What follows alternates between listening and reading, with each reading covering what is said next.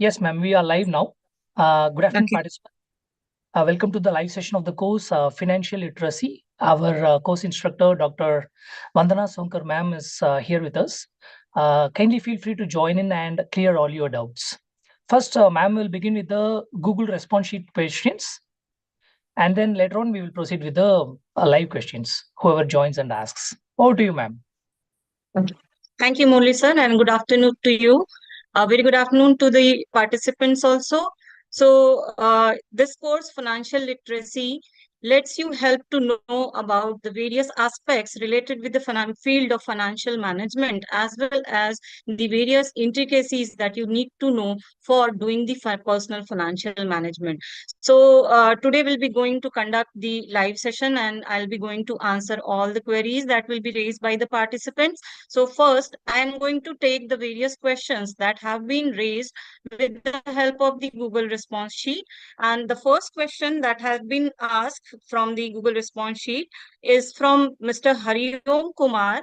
And Hariom Kumar wants to know how do we can know about our Indian economy, and we can adjust our financial decisions according to that. So this is a very rational question. We need to understand the various trends in our economy for the personal financial management decisions also. So let us understand in a very detailed manner how one can very easily understand the various trends of the economy, and accordingly they can decide what different financial decisions they should take. Our Indian economy is exhibiting a very resilient growth nowadays in the year 2025 also. So we have seen GDP expansion is of about 6.5% in the last fiscal year, and it is forecasted for the future time period.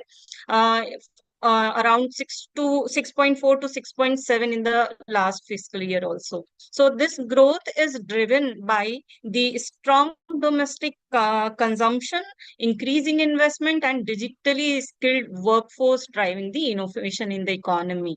So some of the key economic indicators must be monitored by every individual for the purpose of personal financial management, and that includes inflation. So inflation has recently eased to its lowest level since the year 2019 to the current time, enhancing the consumer purchasing power and reducing the cost pressure on the household and the businesses. So alongside the inflation, the employment rates, the private spending, and government fiscal policies, for example, the tax reforms and infrastructural investments done by the government, these also may influence the disposable income of an individual, their saving abilities, and their investment opportunities that they look for in the future. So these must be observed by the individuals, as well as some global economic factors must also be looked, such as the geopolitical tensions, trade disruptions, exchange rate volatility. They may also impact the Indian economy by having an impact on the export demand and foreign investment inflows in our country, adding some external uncertainty into the economic condition of our nation. So, however, the India's strategic engagement in trade agreements and in ongoing reforms basically nowadays aims at strengthening the market access, and it focuses on the economic resilience. So for personal as well as for the business financial decision, we need to watch all these economic signs such as the inflation trend, the interest rate across the nation that is set by the RBI, the fiscal stimulus such as the market performance and other measures, and we can align our investment choices such as the borrowing strategies, the saving options, and consumption spending with these economic phases. So one must follow some of the key economic indicators such as GDP growth rate, inflation rate, interest rate, unemployment rate, fiscal deficit and government spending. They also must look into the various trends that are available in the stock market and investment trends in our economy. So mutual funds and bond market trends, that indicates where the money of the investors are flowing, and they can get all these newspapers, these information with the help of the newspapers, RBI reports, and the government sources such as Ministry of Finance and SEBI updates. So they can adjust their investment decisions with the help of all these informations and the trends that they are going to analyze. So if there is a high inflation in the economy, the investment, it must be done in the inflation protected assets. So in the golds, in the equities, we can make our investments. If there is a low interest rate in the economy, we can favor borrowings for the purpose of purchasing a loan, or we can take educational loan for the higher education. And we can also aim at equities over fixed deposit in the lower interest rate time. As well as in the cases of the economic downturns, we must focus on the safer investment avenues such as BPF, fixed deposit, debt funding, that reduces the risk, and also it helps us in minimizing our unnecessary spendings. So we can say by tracking all these different trends and adjusting our financial decision according to this, we can very easily manage our personal financial decision well. So in the fourth step, any individual can manage their financial decision according to the Indian economy. First, observe the economic trends and key indicators. Second, track the market trends and news. Then analyze the trends that affects the finances of yours. And finally, make informed decisions about your investments, saving, loans, and spending. So this is how economy can be analyzed by one. So you need to be updated. You need to read regularly for the purpose of making effective financial decisions. So this is the answer of the first question raised by Mr. Hariom Kumar. I hope his query is solved now. So the next question has been asked by Ms. Khushpreet Kaur, and she wants to know what is the difference between the real account and the fixed deposit account. So real account and fixed deposit account are two different terminologies. One is related with the field of accounting, financial accounting, and one is the banking terminology that I have covered in our financial literacy course also. So let us first understand what do we mean by the term real account. So there are different type of accounting records made by the companies or the businesses. Real account is basically an accounting classification that relates to the various properties such as assets and liabilities that the companies are having, that continues from one year to the another year for the by the company. So examples of the real account may include the land, building, machinery, cash, bank account that the company is owning for the purpose of managing and running their business activities smoothly. So this is what we mean by the term real account. So in account, we have three different types of account: real, nominal account, and personal account. So this is the definition of real account. And the golden rule for the real account in the accounting is debit what comes in and credit what goes out. So this is the real account. Whereas the second terminology, that is the fixed deposit account, it is a totally different concept, which is a banking terminology.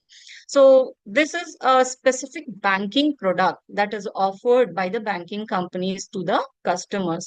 So they deposits a lump sum amount for a fixed period in the banks on a fixed interest rate. So in accounting terms, the FD account basically would itself be recorded under the category of real account only, because it represent an asset for the depositor. So somehow the FD account is also related with the real accounting. So real accounting is an accounting concept, whereas the fixed deposit account is an actual investment product that falls under the real account. So this is the difference between the two of the terminologies. So I think the query raised by Khushpreet Kaur is solved now. And now I will take the next question that is raised by Gyanraj, Mr. Gyanraj. He's asking, could you please explain some examples of time value of money in our daily life? So, time value of money. So, this also have been covered in our course. I think lecture number 9 is related with the time value of money. Basically, it means that a rupee in your hand today is worth more than a rupee that you will receive in a future time, because money that you are receiving today can be invested in any avenue and you can earn interest or returns on that money that will add to the value of the rupee. So if we try to take any daily life examples related with the time value of money, we can say that imagine a case where you are going to win any prize, or you are getting some pocket money from your parents, and you are investing that money in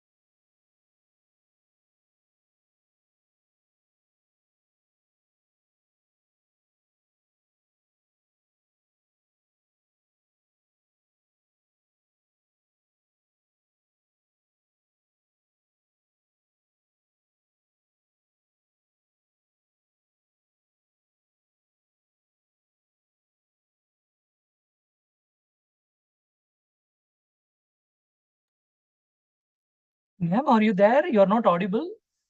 I think some issue with the internet connectivity. Participants, please stand by. We will try to fix it as soon as possible, and we will resume the session.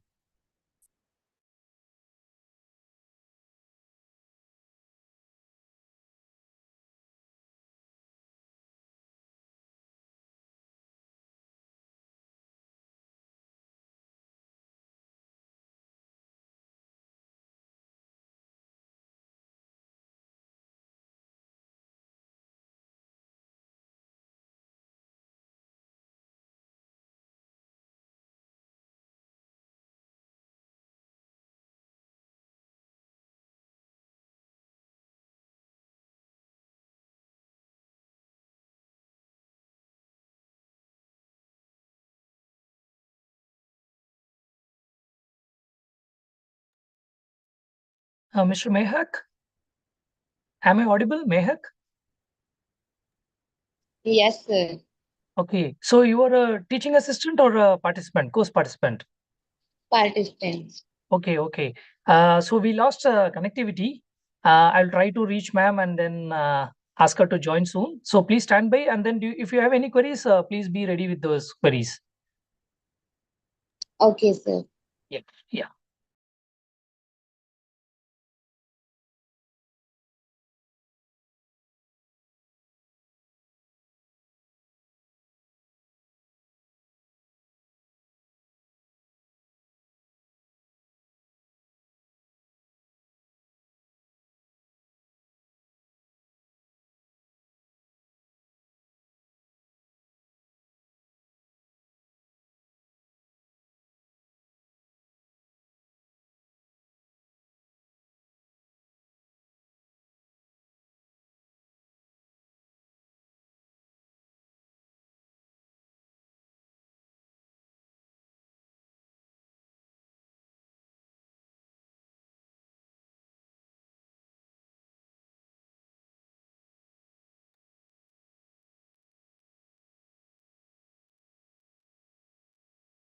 am Ma'am, I your mic is. Yes, ma'am. You're audible now, ma'am. Yes. sorry, my connection was disrupted. Very sorry No, for the no problem, ma'am. No disruption. problem, ma'am. I informed our Okay, learners that there is some issue with the internet participants. connectivity. Yeah, I So have you can changed the resume. network. I hope the same problem will not occur again. So, we were discussing about the third query raised by Gyanraj, Mr. Gyanraj, and he has asked about the time value of money example. So, I was just discussing that suppose if you receive 1000 rupees today and you invest it into a fixed deposit account, and you are receiving an annual interest of 6% per annum, then your 1,000 rupees that you have received today, after a year it will be 1,060 rupees. Whereas if you postpone your decision and you receive it after 1 year, then it will remain only 1,000 rupees. In the same way, suppose that if you are taking pocket money from your parents of rupees 500 rupees, and you instead of spending it, you keep it in a saving account that earns the 5% interest, then after 1 year it will become the 525 rupees. So one extra 25 rupees will be added in your pocket money if you receive it today and invest it somewhere else. So we can very easily understand with the help of these very daily life examples that money earned today will be always valuable for the individuals as compared to the money that is received after a certain future time period. So this is due to the concept that if we invest it somewhere, then we can always earn some kind of return. It may be lower, it may be higher, depending on the economic trends as well as the investment avenue that we have chosen for the investment. So I think the query raised by Mr. Gyanraj is solved today, solved now. Now, let us take some more questions that I have received in the Google form.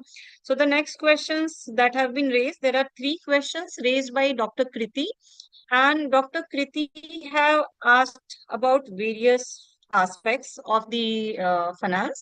So, first question that she has raised is related with the uh, home loan or the education loan. So, she wants to know what factors one must consider before taking a loan for higher education versus a house building loan.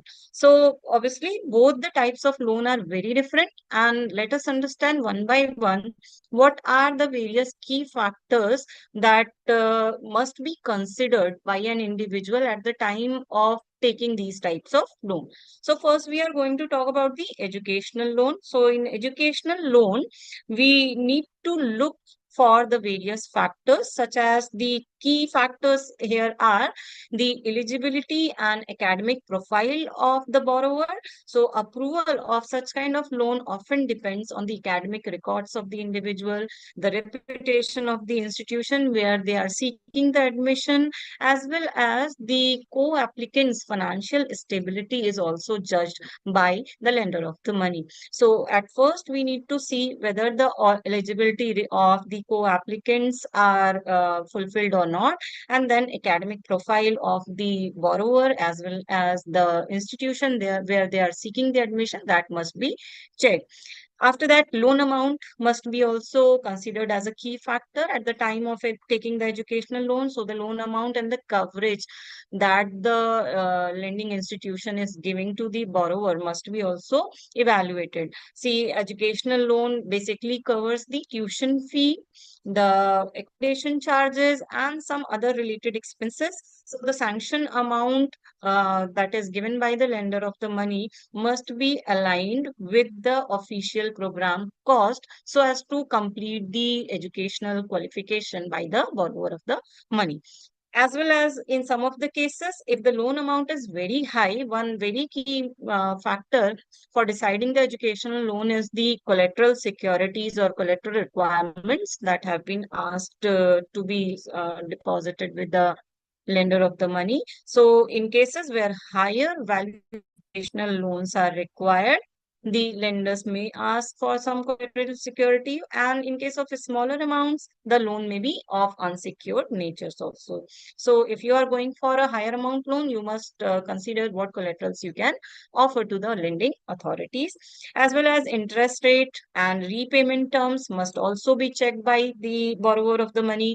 Rates are typically fixed or floating, so this criteria must be judged, as well as repayment of the loan in such cases generally begins after the completion of course by the applicant. So some grace period is given to them for the purpose of finding the employment, and then only the repayment starts. So that must also be checked, what kind of repayment terms and conditions are there for deciding which loan you want to take, as well as credit history of the student or the co-applicant must also be judged, whether they are eligible enough to get the loan or not. So both the applicant and the co-applicants, the student and the co-applicant credit scores may also influence the approval as well as the interest rate that will be charged by the lender for advancing the loan of the educational nature.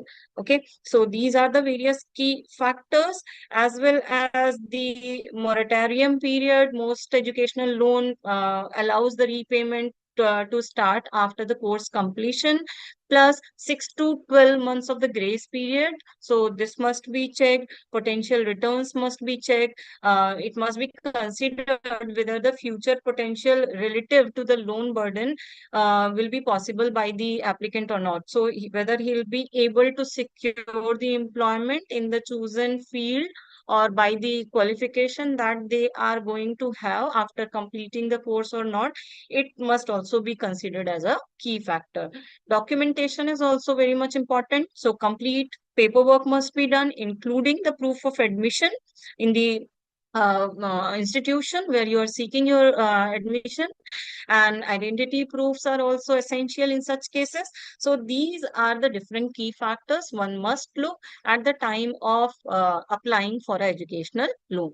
Now, let us talk about the next type of loan, which is the housing loan. So, if we talk about housing loan, it is taken for the purpose of constructing a house. So, in such cases, the loans are mostly of higher amount as compared to the educational loan. So, in case of the housing loan, the credit scores and eligibility is checked by the lender of the money, that is the banking companies and other type of agencies from where you are seeking the loan. So, first of all, a strong credit score of the applicant is required, which is often above the 750 or more. So, it increases the opportunities, or you can say chances of getting loan at a good smart interest rate. So it increases the eligibility of the applicant, and they can also yield better returns with the help of a good credit score and eligibility criteria.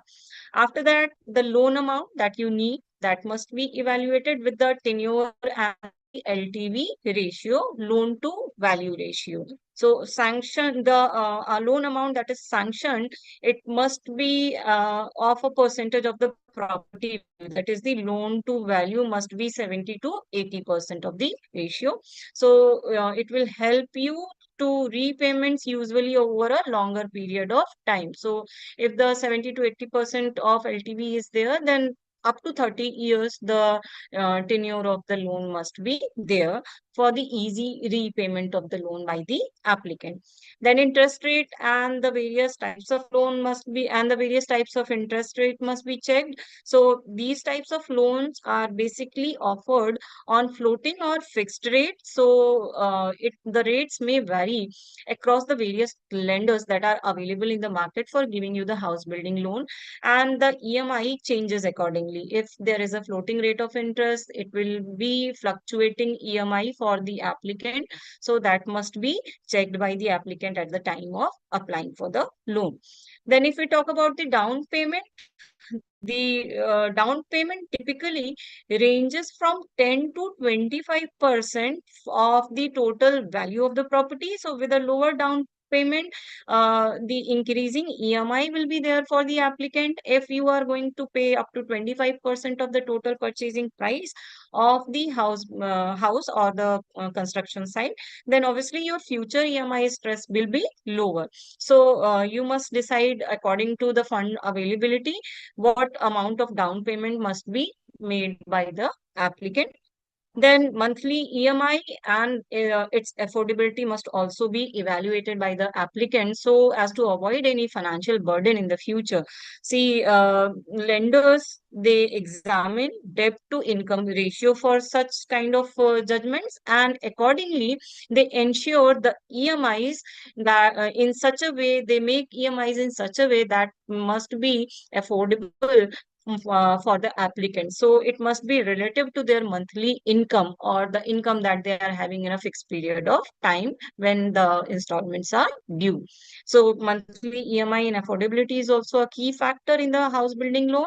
After that, additional charges and fees must be checked.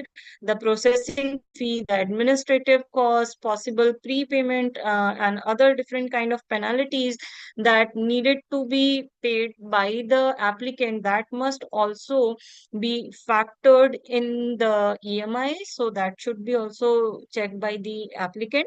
And in case of the house building loan, normally the property itself works as a mortgage. So collateral is there. The lender keeps the property that you are going to make with the help of the house building loan as a security with them. Once you will repay the whole of the amount of the house building loan, the property will be transferred in your name again. So collateral, the property will be the security of the lender of the money. And at last, the documentation is there. So detailed property papers, the identity proofs, the KYC documentation with the various agencies from where you are seeking the loan. These are some of the vital factors that must be taken into consideration at the time of seeking the house building loan from the various financial agencies. So with the help of these different factors, you can decide which type of loan you want to take. So this is the first query that is raised by Dr. Kriti. Dr. Kriti also wants to know how is a reverse mortgage useful for senior citizen and what are its drawbacks. So reverse mortgage is a very beneficial kind of financial instrument. With the help of this type of loan, the senior citizens can very easily have the facility of loan also. They can have the facility of their own residential facility, and they can have a steady income after their retirement. So this is a special kind of loan that is designed for the senior citizens of the nation who are having any kind of residential properties with them. So the property is not taken for them from them for the purpose of providing them the essential funds that they need, but they are allowed to live in their own house, and they are given monthly annuities for the purpose of maintenance of their various kinds of expenditure. So this is a very useful concept for the senior citizens, those who are not having any regular source of income or any kind of jobs or employment with them. So this the first significance, or you can say the use of this kind of loan for the senior citizen, is the regular source of income. So they get periodic incomes depending on their requirements, such as monthly, quarterly, or lump sum amount can be given to them. So through mortgaging their own house, their self-occupied house, they also get the various finances that will help in cover their living expenditure, their healthcare expenditure, and other expenses without liquidating their main asset, that is their residential property. After that, it also helps them in retaining the ownership and occupancy of the house. So the borrower, that is the senior citizen, they can live in their own home, they can preserve their dignity, they can have the emotional comfort in because they are living in their own house, and they can also avoid the different other kinds of burdens such as rental charges or reallocation worries. So they need not to sell their house, and they continue to live in their own home, and they also receive the money from the lending institution.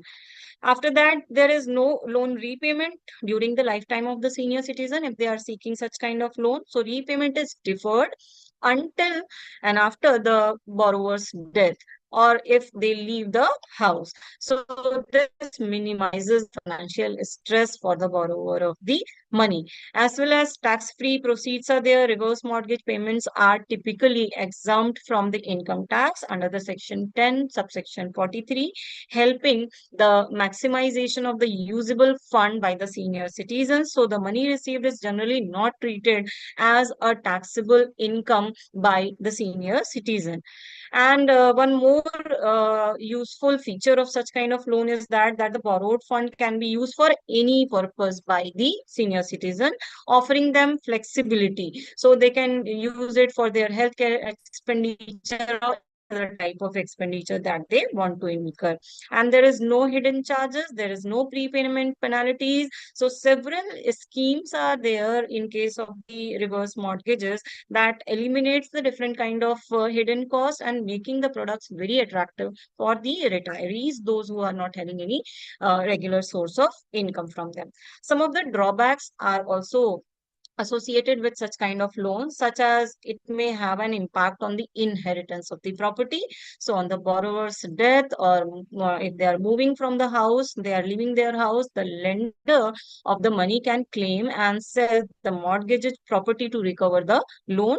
So the heirs of the property, they may often leaving the limited equity from the residential property, which is kept as a mortgage in this kind of loan. As well as a high origination and interest cost may be there. Reverse mortgages may carry higher upfront processing fee and ongoing interest charges, reducing the property's overall remaining values. And limited awareness and you can say market availability is there. Very few borrowers may be having the knowledge of such kind of loan facilities. So in some cases, there may be some emotional reasons also that may debar an individual to take such kind of loans, such as emotional attachment to their loan and leaving the house for their children. To that may be making this type of loan less attractive for the applicant. As well as there may be some other drawbacks also, such as age and property restrictions are there, loss of property control is there, and fluctuating property value and loan terms may be hindering some of the applicants from taking such kind of loan. So this is the query asked by Dr. Kriti. This was the second question that she had asked. Now let us take one more question that she has asked, which is, why is hypothecation used in vehicle loans instead of pledge or mortgages? So, hypothecation is used in case of the movable asset, specifically in case of the vehicle loan. So, this basically helps the borrower of money to have the possession and right to use of their asset. So borrower will retain their possession and use of the vehicle when they will be going to take the loan from the hypothecation, while the lender of the money holds a legal charge as a collateral, meaning that if the borrowers defaults in the future, then the lender can repossess the vehicle. So the borrower can use the vehicle freely while repaying the loan, whereas the pledge, or if we talk about the mortgage, these two different type of loan may not be suitable in case of such kind of movable properties. Pledge is not suitable because it requires the lender to take the physical possession of the asset, and vehicles are meant to be used daily by the borrower of the money. So, giving the possession to the lender will be a problem for for the borrower of the money, because it will be impractical from them to take the possession and use the asset in such a case. So, pledge is not suitable. If we talk about the mortgage, then mortgage only applies to the immovable properties such as land and buildings. So it cannot be used for the vehicle loan or cars or bikes, because vehicles they depreciate quickly and they come in the category of movable asset. So we can say that hypothecation in such a case, when you are trying to take the vehicle loan, is very beneficial, because the lender interest is protected here without restricting the borrower's use, making it ideal for both the parties. So it will allow the user to use the vehicle, as well as they will also be getting the finance from the lending institution. So I think this question is also asked by the Dr. Kriti. And now let us take one more question that is asked by Mr. Pratik. Mr. Pratik is a student and he wants to know, why is SIPs considered less risky than investing a lump sum amount in the stock market? Very nice question. So basically, systematic investment plans are considered less risky over the lump sum amount of investment in the stock market, because the systematic investment plan uh, averages the rupee cost of the investment, and it also helps you to regularize your investing habit over a period of time. Basically, the SIPs can help you to invest your fixed amount regularly, say monthly, quarterly, or half yearly, as the case may be. Whenever market prices are high, you can buy fewer units. Whenever the market prices are lower, you can buy more units according to your suitability. So this smooths out the market volatility over a period of time. So the timing in case of the SIPs are reduced. Lump sum investing, whereas heavily depends on the market timing. A poorly timed lump sum investment in the stock market may lead to significant short-term losses for the investors. If the market falls immediately after the investment, the value of their investment will also be going to be affected by that. SIP always encourage the financial disciplines among the investors, because regular investing ensures the long-term wealth creation for them, and it also reduces the emotional decisions based on the market swings. So when the market is low, emotionally you will not be going to invest a lot of money into the stock market if you are having a regular habit of investing through the SIPs into the market. In case of the SIPs, small amounts can also be invested. So obviously, it very easily allows every individual investor to invest in the market, making it easier for the young investors also to start early, even at the age of 18 and 18 plus, when you are having a non-regular kind of job or earning. Then also you can start the SIPs and you can invest and you can benefit from the compounding effect of the investment. So SIPs encourages the discipline of investment also, and small amounts can be invested. So we can say that SIP, overall, if we give a conclusion, then SIPs basically reduces the market risk, and it smooths the volatility of the market, and it encourages the disciplined investing habits among the investors, and it makes it less riskier to invest their fund into the market. So I hope Mr. Pratik has now got the answer of his question. Now, one more question has been also raised by Miss Pallavi. She is also a student and she wants to know, how can one decide the right mix of tax saving schemes depending on their age and income? So this is also a very good question which is asked here. So you need to study the aspects related with the different age groups and their earning capacity for the purpose of deciding the right mix of tax saving schemes and their age and income aspect. So deciding the right mix of the tax saving schemes basically depends on everyone's age and income level, because both the factors may include some of the key deciding factors of financial investment, such as risk tolerance, their financial objectives, and the ideal balance between the growth and the security that they require from their investment. So you can make a structured approach for the purpose of making such kind of decision. Suppose that if we talk about the age related financial priorities, according to age, what objective one may have. So in early 20s to 30s, there may be higher risk tolerance, as you may not be having multiple kind of other financial responsibilities with you. So in such a case, you can focus for long term wealth creation, and you can invest your money with higher locking period schemes that may have a potential of higher returns for you. So along with some security purpose investments such as PPF investment and NPS. You can also invest your money into equity linked saving schemes in such a case.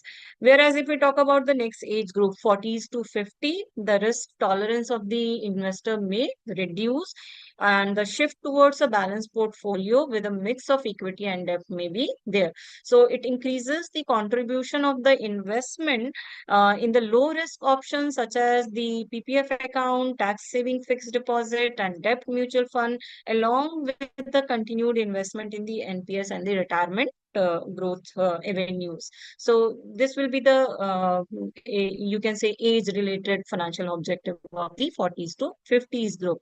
After that, at the age of 60 and above, the focus on safety increases, as well as some steady income is also targeted by the individual. So the investment by such kind of the individuals may be in the senior citizen saving schemes, tax saving fixed deposit, and secure pension and health plans of the insurance that becomes critical for the tax deductions also, and for the purpose of having security, financial security in their future.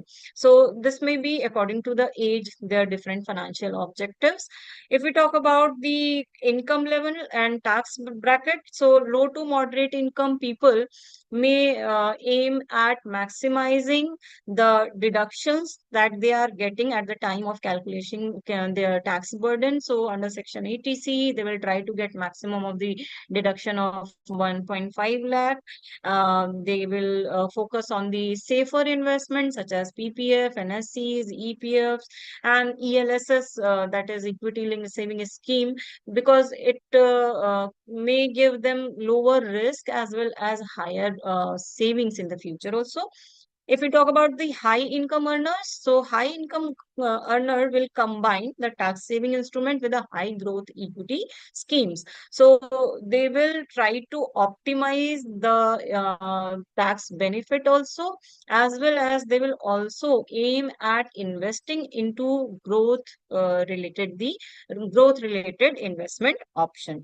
Then one must also aim at diversifying their various investment choices across the tax saving scheme. So equity oriented, debt oriented, retirement planning, and insurance scheme. All these different types of investment avenues must be looked into and evaluated by the individuals for preparing a right mix according to their age and income level, as well as the factor lock-in period and liquidity needs must also be checked. The younger investors can afford longer lock-in period, whereas the senior age group may preferably invest into more liquid asset, because that will be helpful for them in case of the financial emergencies.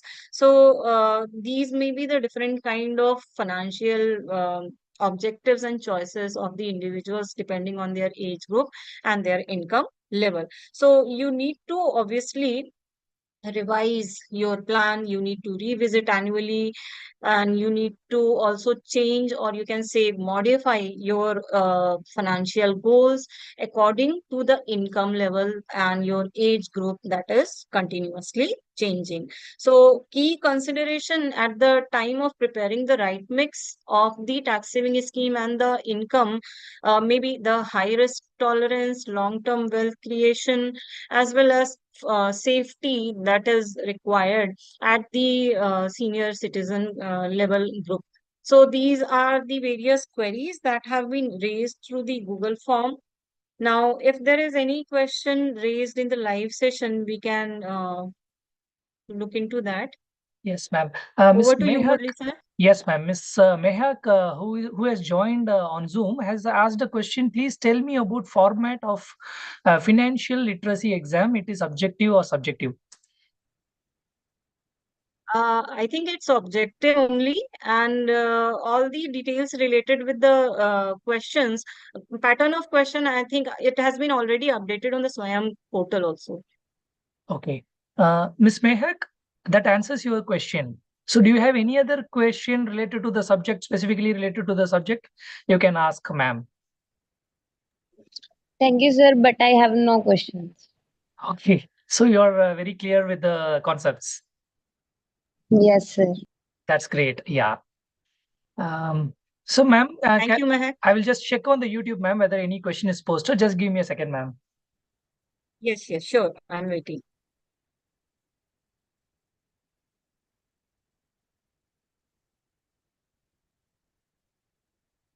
No, ma'am. Nobody raised questions on the YouTube. Okay. So can we wind up the session, ma'am, since there are no queries? Sure, Murli sir, if you allow. Yeah, definitely, ma'am. So thank you very much, Vandana ma'am, for this live doubt clearing session. It was very, very informative, and we hope our learners watch the recorded session and benefit from it. Since only one candidate has joined, so we are closing the session now. Thank you, everyone. Okay, See you, thank you ma'am. so much, Murli sir. Thank you for Thank all you, your ma'am. efforts. Thank you. Thank you, ma'am. Thank Thank you. Yes.